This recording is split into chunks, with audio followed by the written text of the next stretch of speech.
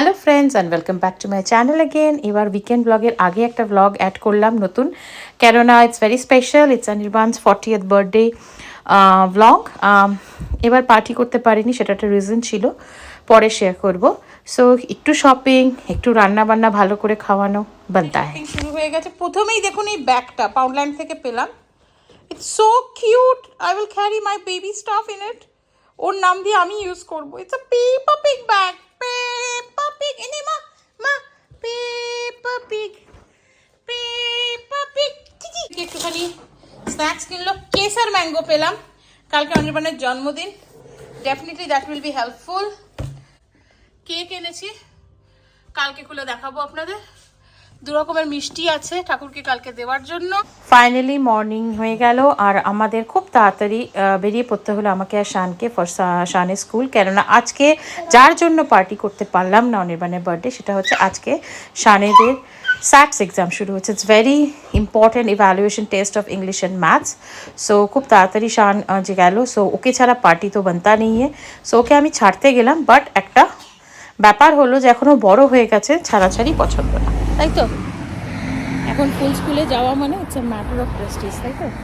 মা কেন যাবে? Am I a child?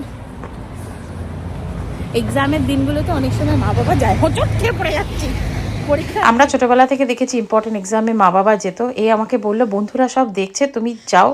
কারোর মা বাবা আসেনি, কোনো রকম ওকে বাই বলে তাড়াতাড়ি আমি বাড়ির দিকে রওনা দিলাম, কারণ আজকে অনেক রান্নাবান্না আছে, ভালো মন্দ তো একটু খাওয়াতেই হবে বলুন অনির্বাণকে। সো মর্নিংয়ে শুরু হয়ে গেল ব্রেকফাস্ট। আর ব্রেকফাস্টে ওকে দিলাম পরোটা আর কুমড়ো হিঙের তরকারি। মুখটা দেখে তো মনে হলো খুবই খুশি হয়েছে। লুচি দিলাম না, কারণ দুপুরে প্রচুর রিচ খাওয়া দাওয়া আছে, হালকা করেই ব্রেকফাস্টটা শুরু করলাম। So yes, happy birthday Anirban. সকালবেলার জলখাবার নিপটে আমি চলে গেলাম মেন ডিশ রান্না করতে। পায়েস টায়েস অনেক কিছু রান্না করেছি, বাট আপনাদের সঙ্গে কয়েকটা রান্না আমি শেয়ার করব রেসিপি। একটা হচ্ছে দই পোনা। মাছগুলোকে, কাতলা মাছগুলোকে ভালো করে ভেজে নিতে হবে। তারপর একটা জায়গায় দই আর চিনি একটু ফাটিয়ে রেখে দিতে হবে।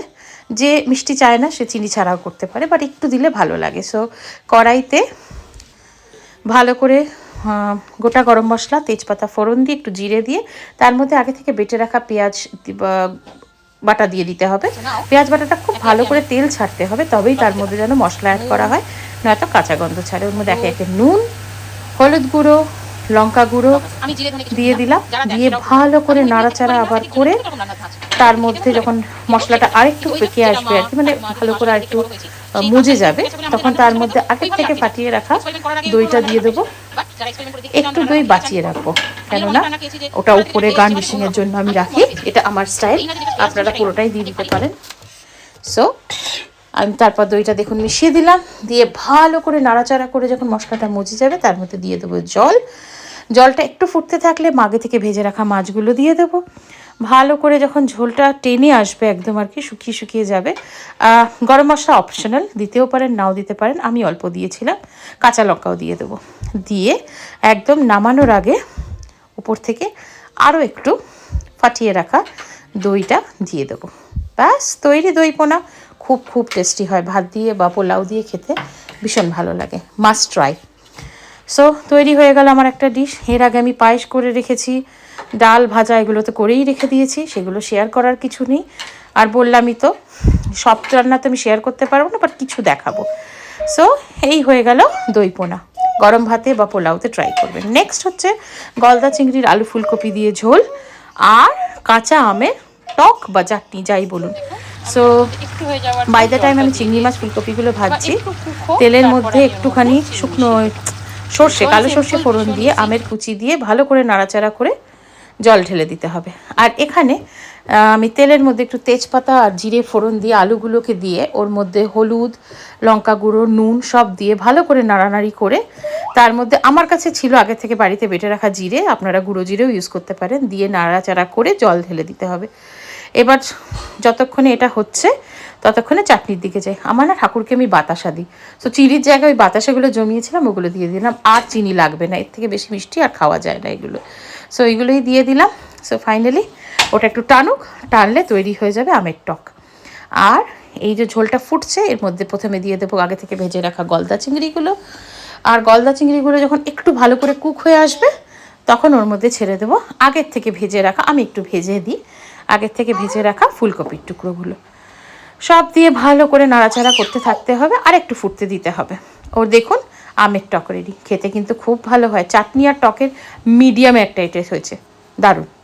সো ফাইনালি একটু গরম মশলা অ্যাড করলেই তৈরি আলু ফুলকপি দিয়ে চিংড়ি মাছের ঝোল।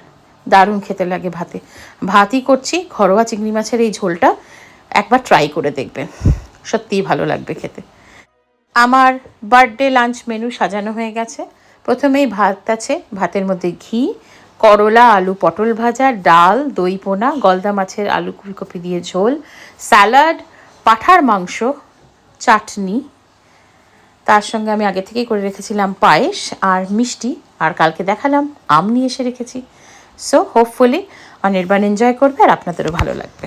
এত আইটেম ভালো লাগছে, ফেভারিট হয়েছে আইটেম। খাওয়া শুরু করো, ঘি ভাত দিয়ে শুরু করো, ওখানে উচ্ছেও আছে, তোমার ফেভারিট করলাও রেখেছি, করলাটাকে খেলে না, খেয়ে না। টি শার্টটা দিয়েছি জন্মদিনে, ভালোই লাগছে, চলো খাও। আর এই যে আরেকজন আমাদের সঙ্গে বসে পড়েছে, বুঝতে পারছে না কি কি খাবার পাবে কি পাবে না, পাবে, তুমিও পাবে, খাও শান্তিতে খাও। The Kolkata Knight Raiders. So they came up with these exotic names. You know, the one difference is ইভিনিংয়ে শান স্কুল থেকে ফেরার পর বেশিক্ষণ ওকে রিভিশনে বসতে হবে ফর দ্য নেক্সট এক্সাম, তো আমরা কেকটা কেটে নিলাম।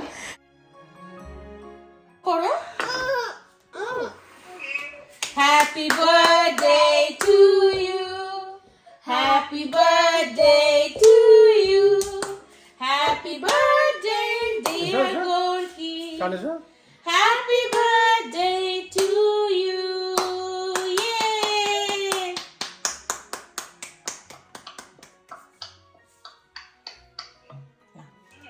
দাঁড়াও, আগে পাপাকে খাওয়াও, দাঁড়াও খাওয়াও তুমি। আমার ব্লগ আজ এখানেই শেষ করছি। ছোটোখাটোর মধ্যে নিজেদের পরিবারের সঙ্গে আনন্দ করে অনির্বাণের এই 40th বার্থডে আমরা কাটালাম। আশা করি আপনাদের ব্লগটা ভালো লেগেছে। যদি ভালো লেগে থাকে please do like, share and subscribe my channel. আবার দেখা হবে খুব শীঘ্রই উইকেন্ড ব্লগের সাথে। টিল দেন, যেটা আমি সবসময় বলি, ভালো থাকবেন, সুস্থ থাকবেন, and please do keep on smiling and bye bye.